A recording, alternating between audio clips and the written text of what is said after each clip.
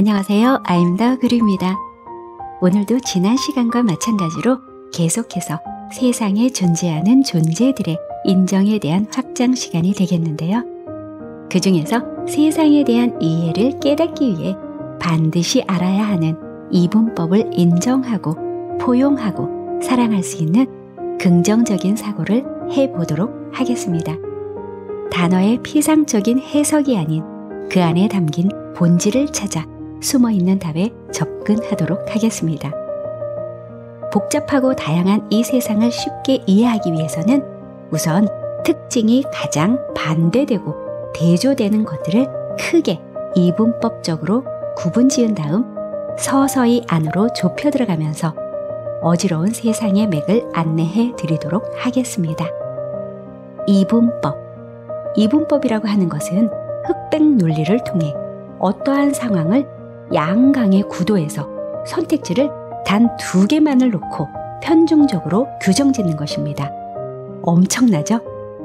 어떠한 상황에서든 여러 가능성의 존재를 염두에 두는 것이 아니라 단 2가지만을 집착적으로 생각한다니 말입니다.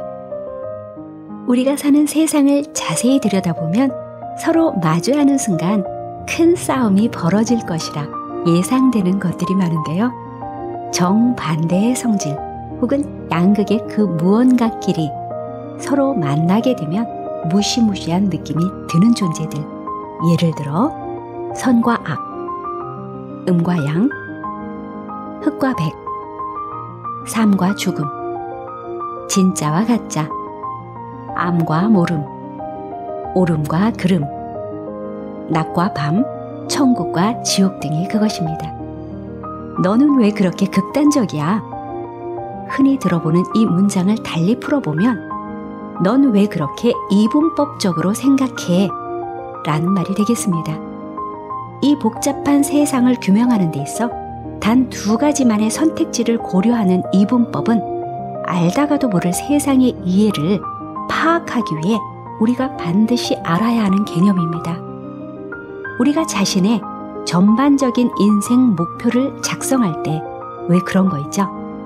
나는 이러한 사람이 될 거야 라고 결심했다면 본인이 말한 이런 사람이 되기 위해서 우리가 10년 단위, 1년 단위, 월 단위 또는 일 단위, 시간, 분 단위의 시간표를 짜서 움직인다면 그 목표에 도달할 가능성은 매우 높습니다. 이분법을 알아야 하는 이유도 바로 그러합니다. 이분법은 위에서 말씀드린 10년 단위에 해당하는 의미와 같다고 생각하시면 쉽습니다. 거대 개념의 이해부터 시작해서 서서히 미시 개념의 이해로 좁혀나간다 라고 생각하시면 되겠습니다. 그래서 알다가도 모를 복잡한 세상의 이해를 돕기 위해서는 우리는 최강의 극의 2가지 존재만을 생각하는 이분법적 사고의 훈련을 하셔야 합니다. 여기 흰색과 검은색이 있습니다. 아시다시피 매우 상반되는 개념의 색깔입니다. 흰색 또는 검은색은 자신들의 중간선상 어디쯤 옅은 회색과 짙은 회색이 존재한다는 것을 절대 인정하지 않습니다. 흰색은 무조건 흰색만을 인정합니다. 검은색 또한 무조건 검은색만을 인정합니다.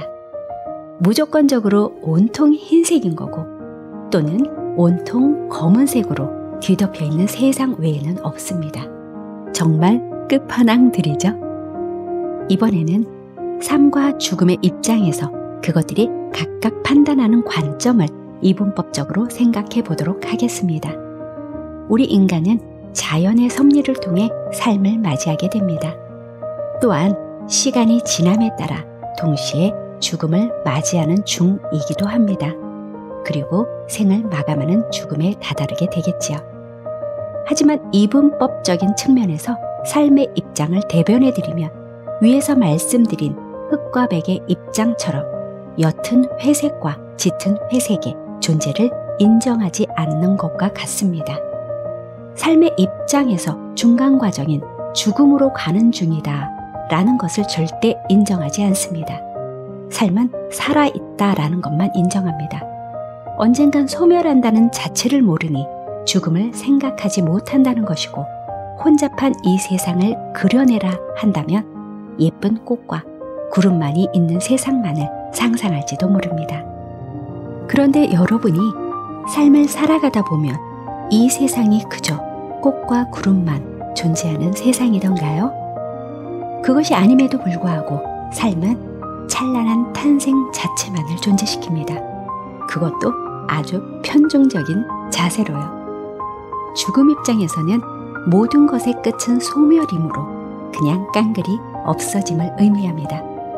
암울한 세상은 잿빛이며 검은색입니다. 그래서 대부분의 사람들이 죽는 것을 극도로 두려워하고 무서워합니다. 어쨌든 이렇게 이분법적인 논리는 최강의 편중적인 사고를 하는 논리적인 사유 방법입니다. 그런데 이것이 왜 거대하고 복잡하며 다양한 이 세상을 알아내는데 필요한 존재냐 하면요. 수많은 가능성이 존재함에도 최강 극의 존재만을 인정하는 이기적인 이분법적인 존재들이 있었기에 흑과 백을 섞어 중간 색상인 옅은 회색과 짙은 회색이 존재하게 되었습니다. 분명 흑색과 백색에 커다란 울타리가 있기에 가능할 수 있었습니다. 그대 늙어가는 것이 아니라 익어가는 것입니다. 라는 시적인 발상을 할 수 있었던 것은 삶과 죽음이라는 거대 개념이 있었기에 존재할 수 있었던 것이고요.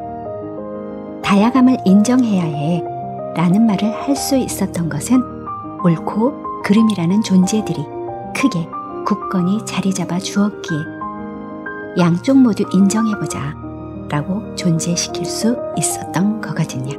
한 우물만 파자 라는 말 기억하시죠? 이것을 달리 말하면 너는 왜 그렇게 극단적이야? 라는 말이 된다는 거 혹시 아십니까? 다른 곳은 절대 필요 없고 단 한 곳의 우물만을 판다고 합니다. 이에 긍정적인 발언은 대단한 집념이지만 부정적인 발언은 대단한 집착이 되겠습니다. 혹시 앞으로 누군가가 여러분에게 너는 왜 그렇게 극단적이야? 라고 말한다면 이렇게 대답하시면 됩니다. 응, 난 한 우물만을 파는 것을 좋아해서 그래 하고 넘기세요. 한자에서 치우칠 편이라는 단어가 존재했기에 존재했습니다. 상대 쪽의 단어가 극단적이고 편중적으로 치우쳐 있으므로 이를 해결할 수 있는 가장 좋은 방안은 다른 반대쪽에 극단적으로 편중적 단어를 존재시켜야 밸런스가 맞춰진다라고 생겨난 것이 바로 이분법입니다. 그래서 이분법은 이 세상의 밸런스를 위해 서로가 매우 간절히 원하는 존재들이 되는 셈입니다. 이것은 바로 자연입니다. 스스로 자, 그러할 연, 자연. 음이 있으니 양은 분명 자리 잡게 되었습니다. 음이 차분하다고 지지하는 사람들이 나타났기에 양이 더 활기차다고 주장하는 반대편 세력도 등장하게 됩니다. 이것이 자연입니다. 악을 저지르는 사람들이 있기에 선을 행하려는 멋진 분들이 자동적으로 등장하게 됩니다. 이것 또한 자연입니다.